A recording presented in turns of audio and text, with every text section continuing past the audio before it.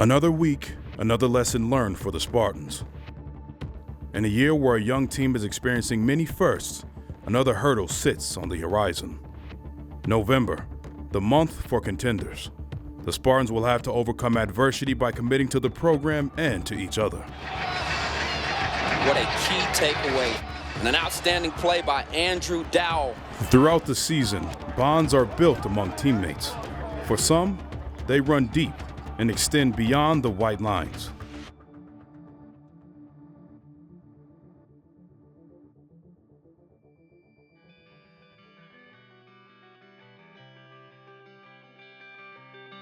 We grew up in North Ridgeville, Ohio. It's about like 35 minutes outside of Cleveland. I'm on the west side.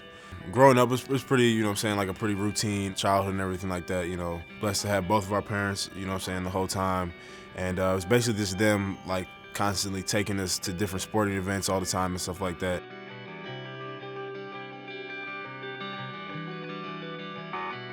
My parents obviously used to dress us alike. You know, I remember I seen, my mom always sends me like pictures when we were younger and stuff like that, and there was different pictures of like us with like the same overalls on or the same shirt with matching shoes, like the little light up, you know, shoes and everything like that. So we definitely had those moments. But then as we kind of grew up, we started to, you know, obviously like everybody wants to, you know, like find their individuality and everything like that. So we kind of separated, but at the same time we were always together. So that's just kind of how it's always been. Yeah. Growing up, it's a weird fact, but actually up until like the third grade, I despised him, you know, because he used to always pick on me. He used to call me fat. So I didn't like him up until the third grade. But something clicked after third grade, and we've been best friends, you know, brothers on this path as we go through life since then. We've always pretty much been on the same team. Starting at a young age, our dad was our coach through flag football, baseball, soccer. Soccer was actually our first sport. That's where we credit some of our footwork to. But yeah, so we've always been on the same team, played different positions, stuff like that. But it's always good to have somebody there that's, you know what I'm saying, it's always been a family atmosphere for us.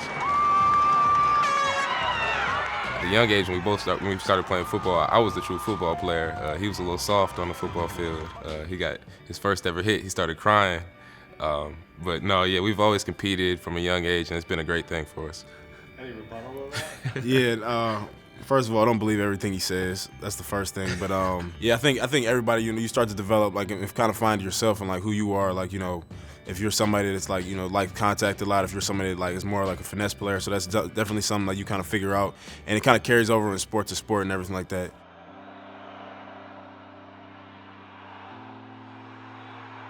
It was our junior year of high school when we realized like we can be really good. You know, that's when we started talking about that we can become and do what we're actually doing today. You know, that we both could have the opportunity to play Division I college football. Like, because we're not the only twins on the team, but not every set of twins goes to the same school. You know, so that's our junior year of high school when we really started realizing that could be an opportunity for us. That we're both be able to be talented enough to play at a Division I school, and now not only play for a Division I school, both be starting for a Division I school like Michigan State. So that's when we really started talking about that dream being a possibility. Like, we had always wanted to, like, in the back of our mind, we had always wanted to go to the same school, you know, kind of like a package deal thing. But at the same time, like, we didn't want to allow that to, like, limit each other's recruiting, just as far as, like, different schools, you know, if they wanted to offer him and they didn't want to offer me or vice versa. So we had kept our recruiting separate, but at the same time, we'd always known that wherever we're going to go is going to be to the same school. Yeah, throughout the process, we were trying to, between the two of us, we were trying to figure out if we were the same type of caliber, type of players, because that's not something that's guaranteed, just being twins. And I credit my dad for helping us throughout that process, my dad and my mom. My dad's one, he's had this planned out since, I don't know, since we was in diapers, you know, that's just how his mind works. Whenever we're at a certain point when we're in high school playing football, he was thinking about college. And so to make that dream come true. I think the biggest thing for us that put Michigan State over the top compared to everybody else was definitely like the type of family atmosphere that Coach D provides us around the program. As you can see, you know, this is obviously a family thing for us, so to have that family atmosphere from the coaches and from players and from everybody involved in the program definitely helped our decision. We were actually the last two committed and offered for our 2015 class. Coach D wanted to make sure that they were able to offer both of us and get us both here so that we can build upon that family atmosphere.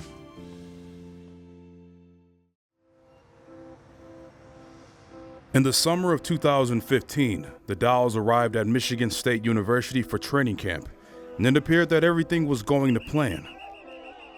However, they found out only Andrew would be seeing the field that year. Hard times can either break you or it can make you. And so when I was redshirting, I was watching how guys, how Andrew and other guys in my freshman class and just that were playing in general, how they were flying around and how they were moving different. And, I just try to take my game to that next level too, in practice and stuff like that. So when I got my opportunity, I can make the most of it. The term we always use is stay down until you come up, So that's paid off for him, and he's went through that process. And I tell him to encourage and talk to the other younger guys that are going through the red shirt process, that because it's definitely takes a toll on you. But then there's always light at the end of the tunnel. Dowell brothers are one of, I think, 4 different brothers combinations that we've had here. No different than any other ones. They're very, very close. Nicknames are Thunder and Lightning at home. And, and that's the way they play. They both play fast. David is a year behind him because he was redshirted. Andrew played as a true freshman. So he's had a lot of different experience. David now is just coming on in his first year starting, but he's playing extremely well back in the back end.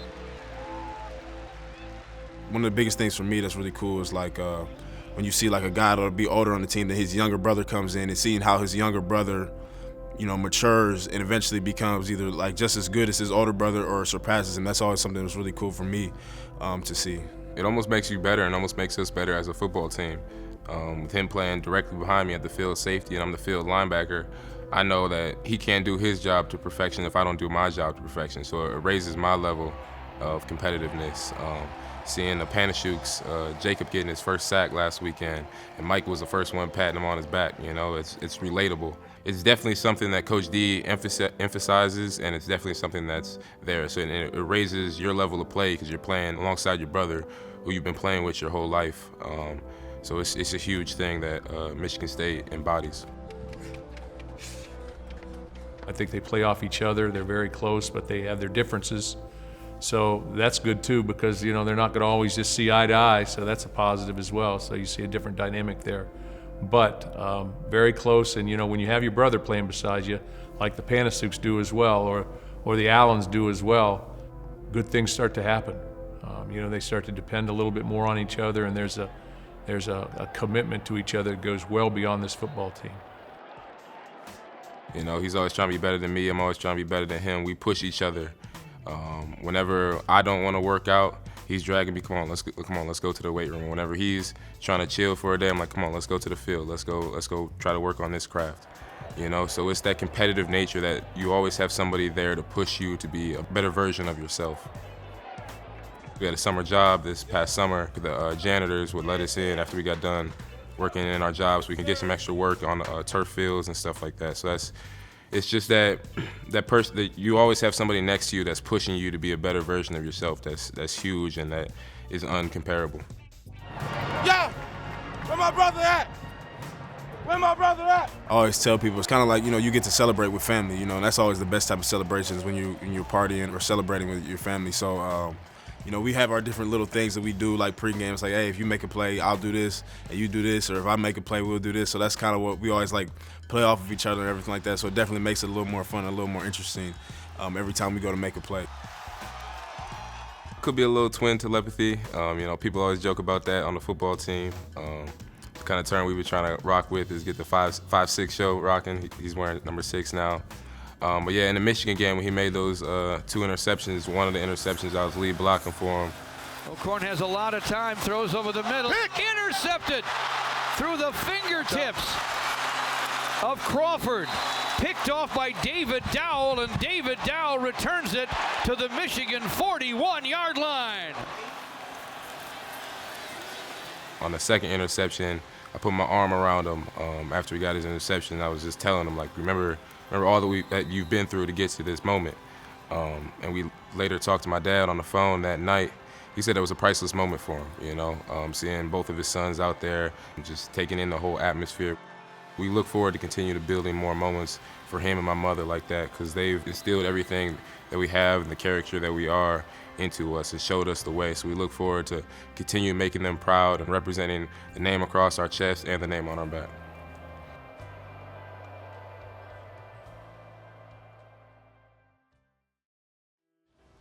With each passing day, the Spartans know they must be at their best to achieve their goals.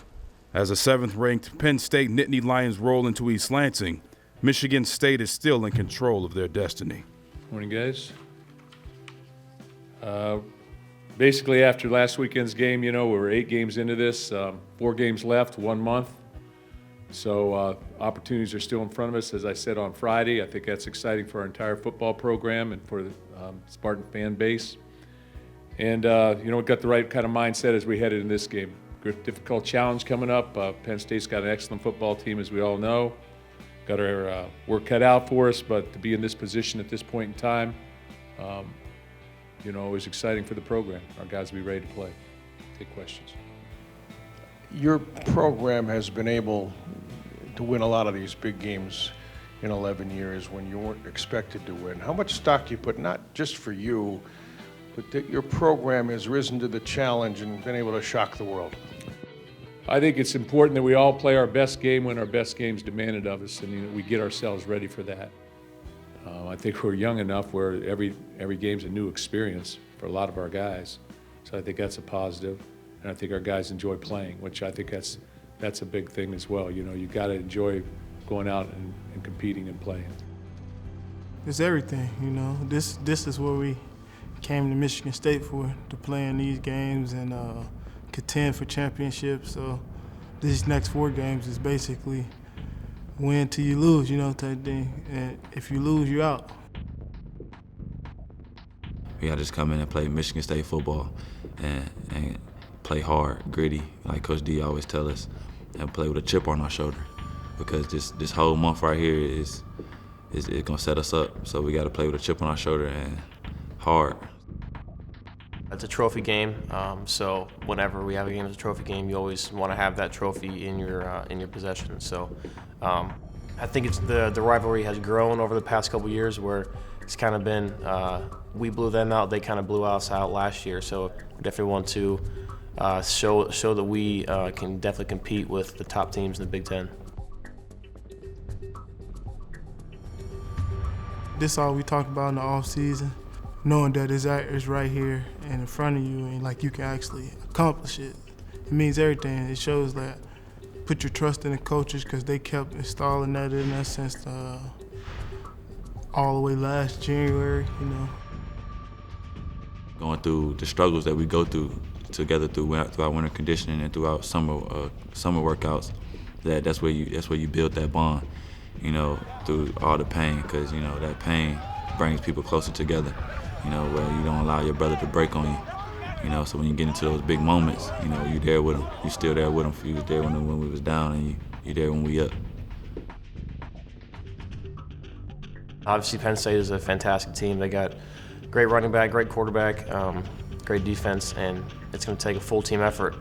It'll take all 3 aspects of our football team to be able to beat them. And I think our team is very ready for it. They're very, very ready for the challenge, and I'm very excited for the Saturday.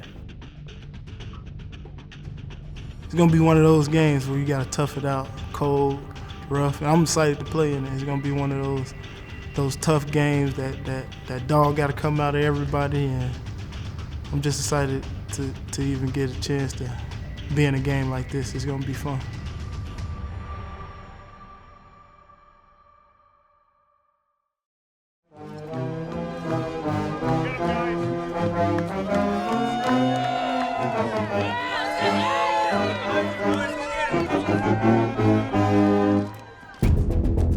Hello, everybody, from Spartan Stadium.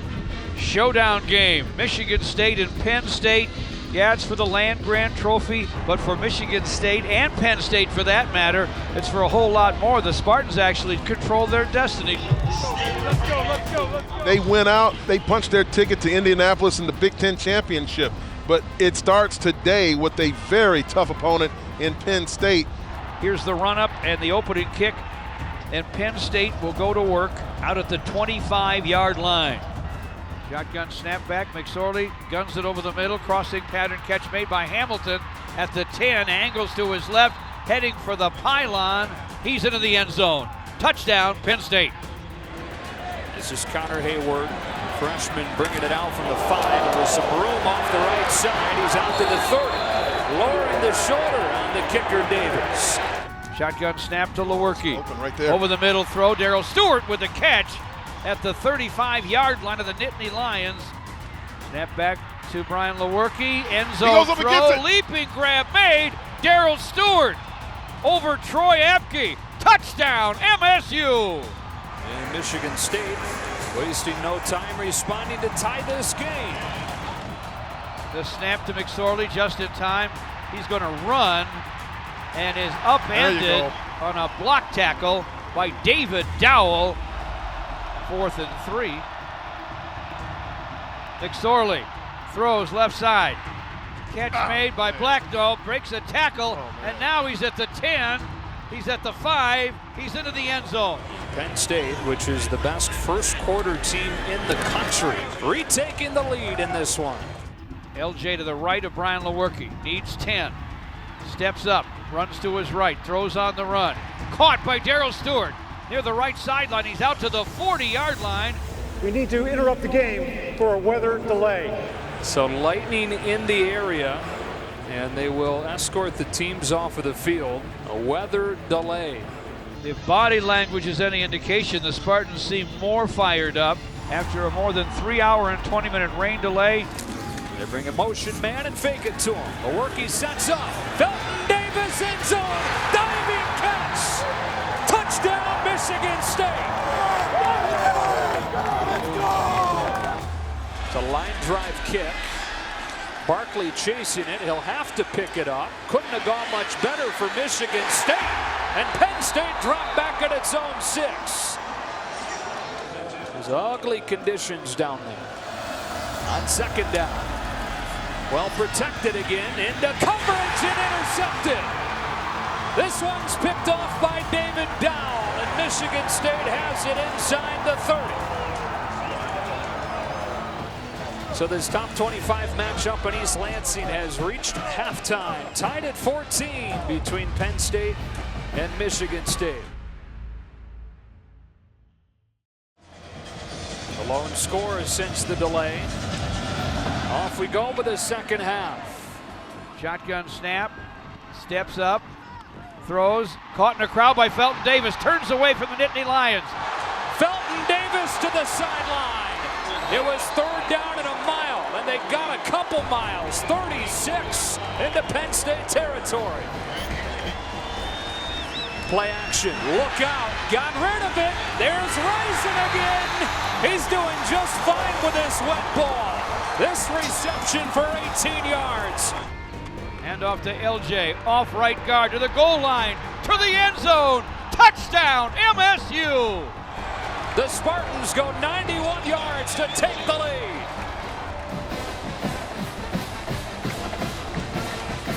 McSorley with one chance to air it out with a breeze at his back. Play fakes to Barkley. Wants to go deep with it. He's got a man wide open. No. He's got him on the run. All by himself is DeAndre Tompkins. He'll take it to the end zone. Touchdown, Penn State. First down from midfield. McSorley pumps one way, steps up and heaves it. It's picked off. Second of the day by David Dowell. And the Spartans have it. Spartans take over at their 31. Tie ball game, 4:05 to play. 3rd down and a yard. Handoff LJ, gets the yard, off left guard. Another handoff to LJ, up the middle, hangs onto the pigskin, fights his way close to the 15-yard line. This is one of the nation's youngest teams, and here's a perfect representation of that, with a freshman going out to attempt a game winner. Kaflish ready to snap it. Brian Lewerke will hold it. On the way back, it's down, it's up, it's long enough. It's good! And it's good! Spartans win! They win, baby! That's the end of the game. Win. Matt Coughlin, the hero, swarmed by his teammates. A 34-yard field goal. Down goes Penn State. Michigan State's improbable march continues to Columbus.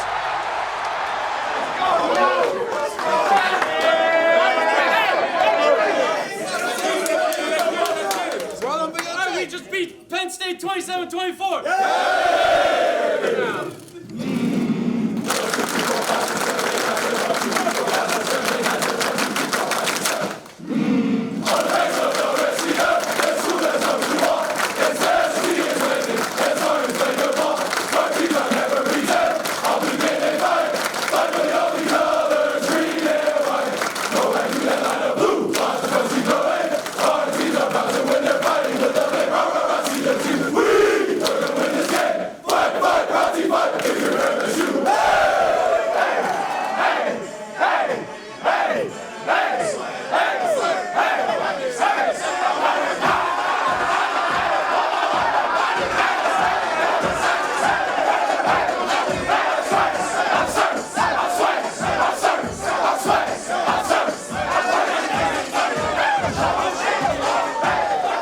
Tremendous job by our football team staying focused, I thought. We adapted to some different things that they were doing offensively, defensively.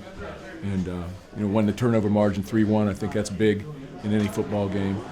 This is another big win for us and puts us in the title hunt. And, we got 3 games left in November, and we'll take them one at a time. See what happens.